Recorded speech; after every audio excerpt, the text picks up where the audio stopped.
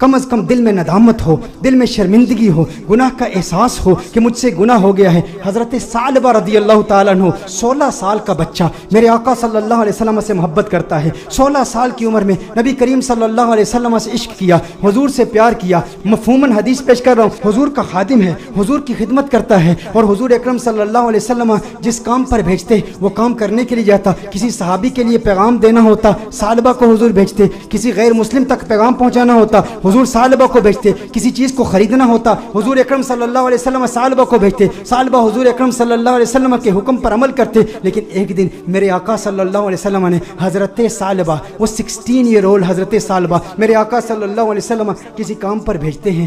آدھے دن کا کام تھا لیکن بہت وقت ہو گیا، ثعلبہ واپس نہیں آئے۔ ثعلبہ کہاں گئے؟ جب واپس آ رہے تھے تو دیکھا کہ ایک حمام ہے، اس حمام میں ایک عورت نہا رہی ہے، ایک پردہ لٹکا ہوا ہے، ہوا کا تیز جھونکا آتا ہے، پردہ اٹھتا ہے، ان کی نظر اس عورت پر پڑ جاتی ہے۔ ان کے دل میں کچھ رغبت ہوئی، کچھ میلان ہوا، دل میں خیال آیا، ہے ثعلبہ دوسری نظر تو حرام ہے لیکن آج تو نے کیا کیا؟ آج تو نے اس عورت کو دیکھ لیا، یہ عورت نہا رہی تھی، تو نے اس حالت میں دیکھ لیا، تیرا دعویٰ یہ ہے کہ تو حضور اکرم صلی اللہ علیہ وسلم کا غلام ہے۔ اتنی کم عمری میں اللہ جل وعلا نے تجھے اتنا بڑا مقام دیا، اتنی بلندی دی، دنیا تجھے خادم مصطفیٰ کہتی ہے، دنیا تجھے حضور اکرم صلی اللہ علیہ وسلم کا صحابی کہتی ہے، حضور کا خدمت گزار ہو کے اس عورت کو تو نے دیکھا۔ ثعلبہ پر رقت طاری ہو گئی، اس قدر روئے، چہرہ آنسوؤں سے بھیگ گیا۔ ثعلبہ روتے ہوئے اپنے آپ سے یہ کہتے ہیں، ہو نہ ہو میرے آقا صلی اللہ علیہ وسلم پر یہ وحی نازل ہو چکی ہوگی، اللہ نے کلام کیا ہوگا کہ ثعلبہ منافق ہو گیا ہے، حضور اکرم صلی اللہ علیہ وسلم کی خدمت میں رہنے والا، اور اس طرح اس عورت کو دیکھ لیا، اللہ جل وعلا کی وحی آ چکی ہوگی، کس منہ سے حضور کی بارگاہ میں جاؤں گا؟ ہے ثعلبہ اب تو اس بات کا حقدار نہیں کہ تو حضور کی بارگاہ میں جائے۔ اس 16 سال کے بچے کے ذہنی خیالات اور اس کے ذہنی ارتقاء کو ذرا چشم تصور سے دیکھیں، تخیل باندھیں کہ اس کو اللہ جل وعلا نے کتنی فراست دی، کس قدر ندامت، شرمندگی، شرمساری کی کیفیت اس کے دل میں پیدا ہوئی۔ یہ شرمساری کی کیفیت کہ ہمارے دل میں بھی ہے، ہم انسان ہیں، گناہ انسان سے ہو جاتا ہے، لیکن گناہ کے بعد ہمارا ری ایکشن کیا ہوتا ہے؟ ہم کیا ڈھیٹ ہو جاتے ہیں؟ ایک گناہ ہو تو اس کے بعد 10 گناہ کرتے ہیں۔ گھر میں تنہائی میں پورنوگرافی دیکھنے والے بھی اس بات پر غور کریں، عورتوں سے باتیں کرنے والے بھی اس بات پر غور کریں کہ جس کے دل میں ڈر ہو، جس کے دل میں خوف ہو، جسے حضور کا قرب ملا ہو، اس کے دل کی کیفیات کیسے بدلتی ہیں۔ ثعلبہ رضی اللہ تعالیٰ عنہ رو رہے ہیں، ان پر رقت طاری ہے، حضور کی بارگاہ میں حاضر نہیں ہوتے۔ ثعلبہ کہاں جاتے ہیں؟ پہاڑ پر جا کے عبادت کرتے ہیں، اللہ کو یاد کرتے ہیں، روتے ہیں۔ اب نبی کریم صلی اللہ علیہ وسلم نے نماز پڑھائی، سلام پھیرنے کے بعد اپنے صحابہ سے حضور نے خطاب کیا،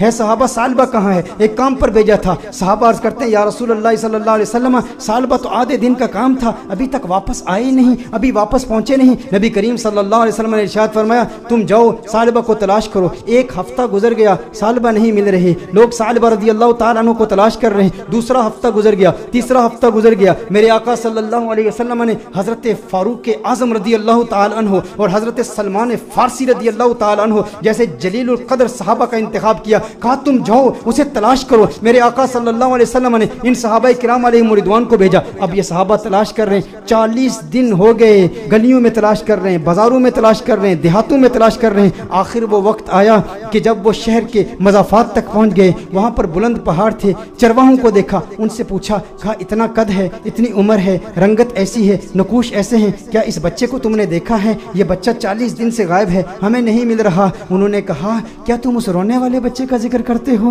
وہ جو روتا بہت ہے؟ کہا کیا مطلب؟ کہا اس رونے والے بچے کا ذکر کرتے ہو جس پر ہمیشہ رقت طاری رہتی ہے؟ کہا کیا مطلب، کون سا رونے والا بچہ؟ کہا جو تم نے اس کی ڈسکرپشن بیان کی ہے نا، جب ہم رات کو سوتے ہیں نا تو ان بلند پہاڑوں سے ایک بچے کی رونے کی آوازیں آتی ہیں، اس کی درد بھری آواز ہمارے سینے تک پہنچتی ہے، وہ روتا ہے اور رو رو کے اللہ کو پکارتا ہے، وہ معافیا مانگتا ہے، ہمیں پتہ نہیں اس سے ہوا کیا ہے۔ کہا وہ آپ کے پاس کب آتا ہے؟ کہا ہم چرواہے ہیں، بکریاں چراتے ہیں، کبھی کبھی آ جاتا ہے، بکریوں کا دودھ پیتا ہے اور چلا جاتا ہے۔ فاروق اعظم نے فرمایا کب آئے گا؟ کہا یہ اس کے آنے کا وقت ہے، ابھی آ ہی رہا ہوگا۔ فاروق اعظم رضی اللہ تعالیٰ عنہ، سلمان فارسی رضی اللہ تعالیٰ عنہ علیحدہ ہو کر چھپ جاتے ہیں کہ کہیں ثعلبہ ہی نہ ہو۔ دیکھتے ہیں کہ ثعلبہ آ رہا ہے، ثعلبہ آ رہا ہے تو رو رہا ہے، دودھ پیتا ہے پیالے میں، لیکن پیالے میں دودھ کے ساتھ اس کے آنسو بھی گر رہے ہیں۔ فاروق اعظم رضی اللہ تعالیٰ عنہ فوراً باہر آتے ہیں، سلمان فارسی فوراً باہر آتے ہیں، وہ ثعلبہ تجھے کیا ہوا ہے؟ ثعلبہ تیرا چہرہ بدل گیا، اس قدر نحیف ہو گیا، اس قدر کمزور ہو گیا۔ ثعلبہ نے فاروق اعظم کو دیکھا، کہا نہیں نہیں میرے قریب نہیں آنا،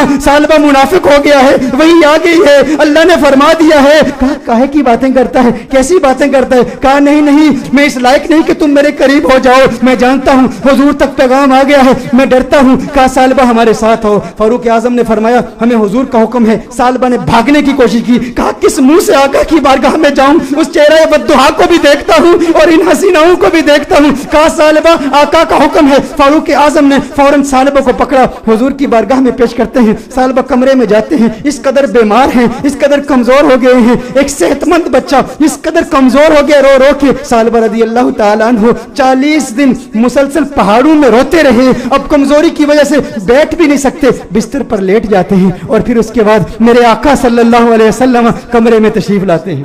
نبی کریم صلی اللہ علیہ وسلم جب کمرے میں تشریف لاتے ہیں, وہ کریم آقا ہیں, ان کی شان کریمی کے کیا کہنے, ان کی عظمتوں کے کیا کہنے. چہیتے ثعلبہ کو دیکھتے ہیں تو میرے آقا صلی اللہ علیہ وسلم بستر کے قریب تشریف لاتے ہیں, اس کے سر کو اٹھاتے ہیں, اپنی گود میں رکھتے ہیں. ارے کیا قسمت ہے اس صحابی کی. میں کہتا ہوں دوستو, گناہ ہو جائے لیکن گناہ کے بعد بھی شرمندگی بھی ایسی ہو, گناہ ہو جائے پھر گناہ کے بعد ندامت بھی ایسی ہو, گناہ ہو جائے لیکن گناہ کے بعد اپنے نفس کو سزا کا سلسلہ بھی ایسا ہو. اور پھر جب اللہ توبہ قبول کرتا ہے نا تو پھر قسمت عروج پہ ہوتی ہے, پھر اس کے مقدر یوں جھانکتے ہیں, اللہ ایسا کرم فرماتا ہے کہ اسے پھر آقا کی گود نصیب ہوتی ہے. میرے آقا ارشاد فرماتے ہیں اے ثعلبہ آنکھیں کھولو. ثعلبہ آنکھیں کھولتے ہیں, کہتے ہیں یا رسول اللہ, آقا میں گنہگار, میں سیاکار, آقا مجھے آپ کی گود ملی, میں اس قابل کہاں. آقا مجھے پتا ہے وہی آ گئی ہے, مجھے پتا ہے آیت آ گئی ہے, آپ کو بتا دیا گیا ہے کہ ثعلبہ منافق ہو گیا. یا رسول اللہ صلی اللہ علیہ وسلم میں اس قابل نہیں کہ آپ کی گود میں لیٹوں. ثعلبہ کہتے ہیں یا رسول اللہ صلی اللہ علیہ وسلم میں نے ایک عورت کو یوں دیکھ لیا. میرے آقا نے ارشاد فرمایا تو پھر تو توبہ کر لے. ثعلبہ کہتے ہیں مجھے ڈر ہے اس بات کا کہ جہنم کے نچلے درجے میں مجھے پھینکا جائے گا, مجھے جلایا جائے گا. حضور نے ارشاد فرمایا مومن ڈرتا بھی تو ہے لیکن مومن کی ایک اور کیفیت بھی ہے, وہ امید کی کیفیت ہے. کہا اللہ سے امید کیا رکھتا ہے. کہا امید تو یہ ہے کہ میرے اللہ مجھے معاف کر دے گا. حضور نے ارشاد فرمایا پھر اللہ سے جو تو زن رکھتا ہے اللہ کو اپنے زن کے مطابق پائے گا, یہ امید رکھ کہ میرا اللہ تجھے معاف کر دے گا. حضور اکرم صلی اللہ علیہ وسلم نے دستے دعا بلند کیے, ثعلبہ کو دعائیں دی. جب ثعلبہ خوش ہو گئے کہ مجھے آقا کی دعائیں ملی اور میرے منافق ہونے کے حوالے سے کوئی آیت نازل نہیں ہوئی, تو اس وقت ثعلبہ حضور سے عرض کرتے ہیں یا رسول اللہ صلی اللہ علیہ وسلم یوں محسوس کر رہا ہوں جیسے میرے جسم میں ہزاروں کیڑے رینگ رہے ہیں, اس قدر درد محسوس کر رہا ہوں. میرے آقا رونے لگے. یا رسول اللہ صلی اللہ علیہ وسلم آقا کیوں گریہ فرما رہے ہیں, آقا کیوں رو رہے ہیں. میرے آقا نے ارشاد فرمایا اے ثعلبہ تیری موت کا وقت آ گیا ہے, ملک الموت آ رہے ہیں, تیرے جانے کا وقت آ گیا ہے. ثعلبہ نے دیکھا ارے مقدر والا ہے وہ جس کی موت آقا کی گود میں ہو. کاش یوں موت آئے میرے ہم نشی نزاکا اور ہو جائے منظر ہنسی. کاش یوں موت آئے میرے ہم نشی نزاکا اور ہو جائے منظر ہنسی.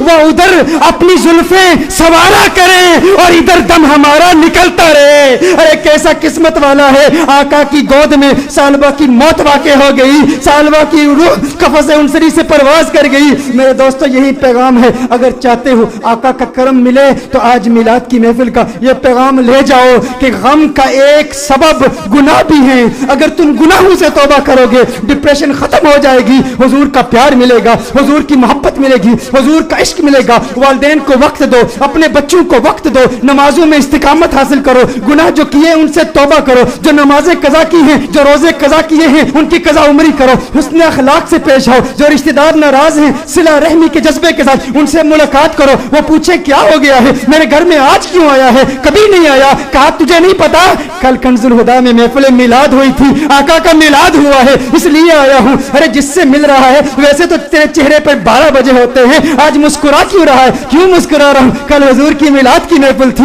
میلاد ہوئی ہے, میلاد نے مسکرانا سکھا دیا, میلاد نے زندگی گزارنا سکھا دیا, میلاد نے گناہ سے توبہ کرنا سکھا دیا, میلاد نے ڈپریشن سے بچنا سکھا دیا. میرے دوستو آؤ آج دل میں یہ پختہ ارادہ کرو ہم گناہوں سے بچیں گے.